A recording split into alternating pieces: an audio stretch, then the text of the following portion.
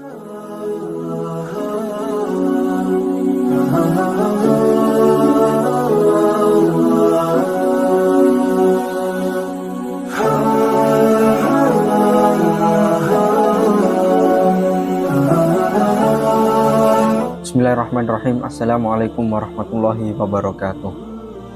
Alhamdulillahirabbil alamin wa bihi nasta'inu ala umurid dunya waddin. Wassalatu wassalamu ala asyrafil anbiya'i wal mursalin wa ala alihi wa ashabihi ajma'in.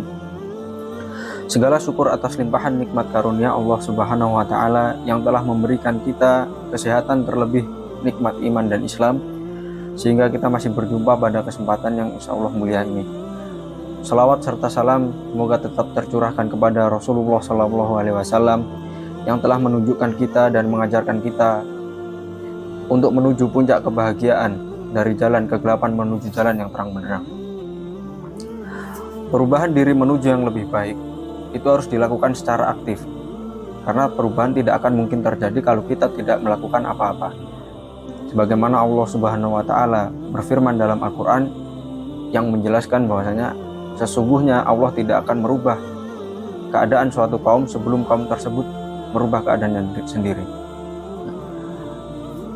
Perubahan dilakukan harus secara aktif agar apa yang kita inginkan itu bisa terwujud. Karena tidak mungkin sesuatu itu terwujud kalau kita tidak melakukan apapun itu, atau bahkan tidak ada keinginan dalam diri kita. Nah, perubahan diri pada seseorang itu seringkali berkaitan dengan kejadian atau peristiwa tertentu, yang bahkan kejadian yang buruk itu lebih mendorong seseorang untuk berubah gitu. Seperti halnya kehilangan orang tua. Ada seseorang yang kehilangan orang tua, justru membuatnya dia menjalani hidup lebih mandiri, menjadikannya dia pribadi yang lebih dewasa atau bahkan lebih sukses gitu. Namun di sisi lain ada juga yang kehilangan orang tua itu justru membuat seseorang tersebut menjalani kehidupannya itu seperti kehilangan arah dan menjalani hidupnya agak ugal-ugalan gitu kan, yang mana menyebabkan dirinya justru menjadi seseorang yang kondisinya terpuruk. Nah, peristiwa atau kejadian yang sama itu bisa memberikan dampak yang berbeda. Nah, kenapa demikian? Karena dampak yang berbeda itu dihasilkan dari pengetahuan yang seseorang itu kuasai. Jadi kalau seseorang itu memiliki dasar pengetahuan yang cukup untuk menyikapi sebuah kejadian atau peristiwa, maka pengetahuan tersebutlah yang akan memberikan dorongan kepada manusia itu untuk bagaimana cara menyikapi suatu kejadian tersebut. Jadi pengetahuan itu memberikan respon yang berbeda. Pengetahuan bagaimanapun memiliki dampak yang signifikan pada pola pikir manusia. Nah, tingkat pengetahuan inilah yang membuat respon kita terhadap sesuatu itu berbeda. Nah, apabila kita memiliki pemahaman bagaimana seorang mukmin dan muslim tentunya, maka segala sesuatu yang terjadi di dunia itu pasti atas kehendak Allah Subhanahu wa taala. Nah, kalau kita meyakini hal tersebut, tentunya kita akan menyikapi sesuatu yang terjadi pada kita itu tidak berlebihan, atau bahkan menyikapi sesuatu kejadian yang buruk itu dengan sabar dan bisa mengambil hikmahnya. Maka tidak salah kalau kemudian Rasulullah SAW itu menekankan kepada kita, menekankan umatnya untuk senantiasa meningkatkan pengetahuan. Dan bahkan orang yang berada di jalan ilmu atau orang yang berusaha meningkatkan ilmu pengetahuannya, yaitu senantiasa berada di jalan Allah Subhanahu wa taala. Rasulullah SAW bersabda, "Man kharaja fi talabil ilm fa huwa fi sabilillahi hatta yarji'a." Barang siapa yang berpergian atau keluar dalam rangka menuntut ilmu, maka dia senantiasa di jalan Allah hingga ia kembali. Maka kita sebagai umatnya haruslah terdorong untuk terus meningkatkan pengetahuan kita, meningkatkan kualitas ilmu kita, agar kita bisa merespon dengan baik sebuah peristiwa sehingga memberikan dampak positif pada diri kita masing-masing. Lalu apa hubungannya dengan Ramadan? Nah, sudah disebutkan bahwa seringkali seseorang itu mengalami perubahan itu karena berkaitan dengan kejadian tertentu. Nah, Ramadan itu adalah peristiwa yang langsung dikondisikan oleh Allah Subhanahu wa Ta'ala agar umat Islam ini mengalami perubahan yang positif dalam kehidupannya. Nah, Ramadan itu bisa menjadi titik kesadaran bagi manusia tentang hakikat ketaatan. Nah, bahwa hakikat ketaatan kita itu, hakikat diciptakannya kita itu beribadah kepada Allah Subhanahu wa Ta'ala. Nah, yang mana puncak ibadah ini adalah kita bisa mencapai derajat takwa. Maka kalau kita pahami dari ayat diwajibkannya puasa, yang mana Allah berfirman, A'udzubillahi minasyaitonirrajim, ya ayyuhalladzina amanu kutiba alaikumusyamu kama kutiba alal ladzina min qablikum la'allakum tattaqun. Wahai orang-orang yang beriman, telah diwajibkan atas kalian itu berpuasa sebagaimana diwajibkan kepada kaum-kaum sebelum kalian, la'allakum tattaqun, supaya kalian menjadi hamba yang bertakwa. Maka kalau kita pahami maknanya, bukankah puasa Ramadan ini puncaknya adalah untuk mencapai derajat ketakwaan?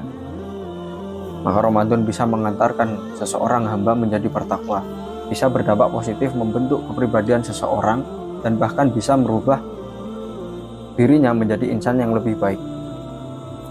Contoh misalnya ketaatan kita di saat puasa Ramadan, kita menahan dari rasa lapar, menahan dari haus, menahan hawa nafsu kita. Nah, ketaatan-ketaatan ini kalau kita resapi maka akan berdampak positif, berdampak baik di luar bulan Ramadan.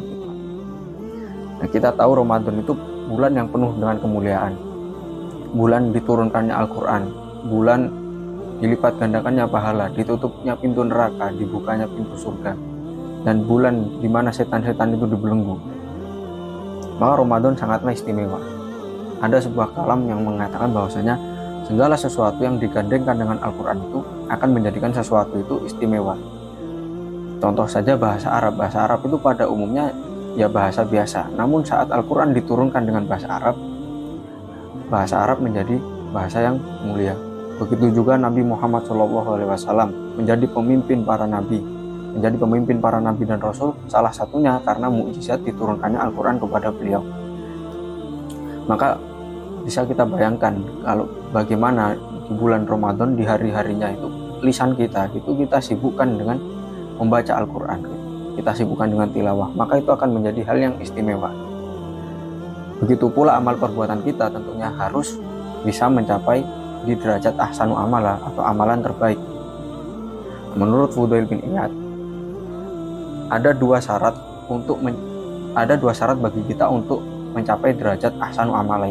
Yang pertama adalah amalan yang paling ikhlas, dan yang kedua adalah yang paling benar. Nah, yang paling benar ini adalah berlandaskan dengan ilmu. Dari mana ilmu itu kita ketahui? Dari yang Rasulullah SAW ajarkan kepada kita. Maka sudah jelas dua syarat ini harus terpenuhi untuk mencapai derajat ahsan amalah. Yang pertama yaitu ikhlas lillahi ta'ala, yang kedua jelas ittiba'ur rasul. Nah, dari yang disebutkan tadi, pada realitanya tidak semua Ramadan itu memiliki dampak yang sama kepada kita. Ada yang sebagai masyarakat umum itu menyambut dengan baik datangnya Ramadan, menyambut dengan semangat. Namun di sisi lain ada juga orang itu yang bahkan berkomentar, wah sebentar lagi Ramadan, sudah tidak bisa makan siang dengan bebas. Ramadan tahun ini berapa hari? 29 hari atau bisa lebih dikit lagi gitu. Atau bahkan ada yang masih menyambut Ramadan itu dengan ogah-ogahan. Nah, semoga kita tidak tergolong dari orang-orang tersebut. Itu. Kembali pada poin inti bahwa kejadian yang seperti itu normal adanya karena memang pengetahuan pada semua orang itu mungkin berbeda. Maka cara mereka menyikapi itu atau dampak dari Ramadan pada semua orang itu mungkin juga ada yang berbeda-beda. Jadi kalau kita kaitkan pada Ramadan ini, kalau supaya Ramadan itu berdampak positif pada kita, maka sudah seharusnya bagi kita itu meningkatkan pengetahuan kita seputar Ramadan, sehingga berdampak baik di bulan Ramadan atau bahkan hingga setelah Ramadan. Nah, salah satu dampak dari pengetahuan kita tentang Ramadan adalah besarnya ganjaran di dalam tersebut. di dalam Ramadan tersebut. Dan juga Allah Subhanahu wa taala akan mengampuni dosa-dosa kita. Nabi Muhammad SAW bersabda, "Man qama Ramadhana imanan wa ihtisaban ghufira lahu ma taqaddama min dzanbi." Jadi barang siapa yang berpuasa Ramadan atas dasar iman dan juga mengharap ridha Allah Subhanahu wa taala, mengharap ganjaran Allah Subhanahu wa taala, maka dosa-dosa yang telah lalu itu diampuni. Tentunya kita pasti sangat berharap dosa-dosa tersebut itu diampuni dan amal-amalan kita juga diterima oleh Allah Subhanahu wa taala. Dan salah satu tanda amalan kita diterima oleh Allah Subhanahu wa taala adalah dimudahkannya kita untuk senantiasa terus beramal soleh. Maka tentu itu adalah harapan besar bagi kita agar bisa beribadah maksimal di bulan Ramadan ini. Karena tentunya kita membutuhkan ampunan atas dosa kita, ampunan Allah atas dosa kita.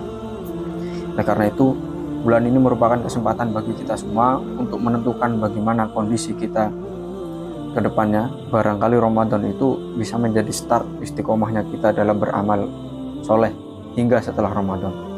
Maka jadikanlah Ramadan itu sarana kita untuk melakukan perubahan, senantiasa meminta pertolongan kepada Allah agar kita diistiqomahkan, agar hidayah itu tetap terjaga dalam hati kita, dan semoga amal ibadah kita diterima oleh Allah dan diberikan balasan dengan balasan terbaik, dan terlebih menjadikan diri kita menjadi insan yang lebih baik. Sekian yang dapat saya sampaikan. Syukran ala ihtimamikum. Wassalamualaikum warahmatullahi wabarakatuh.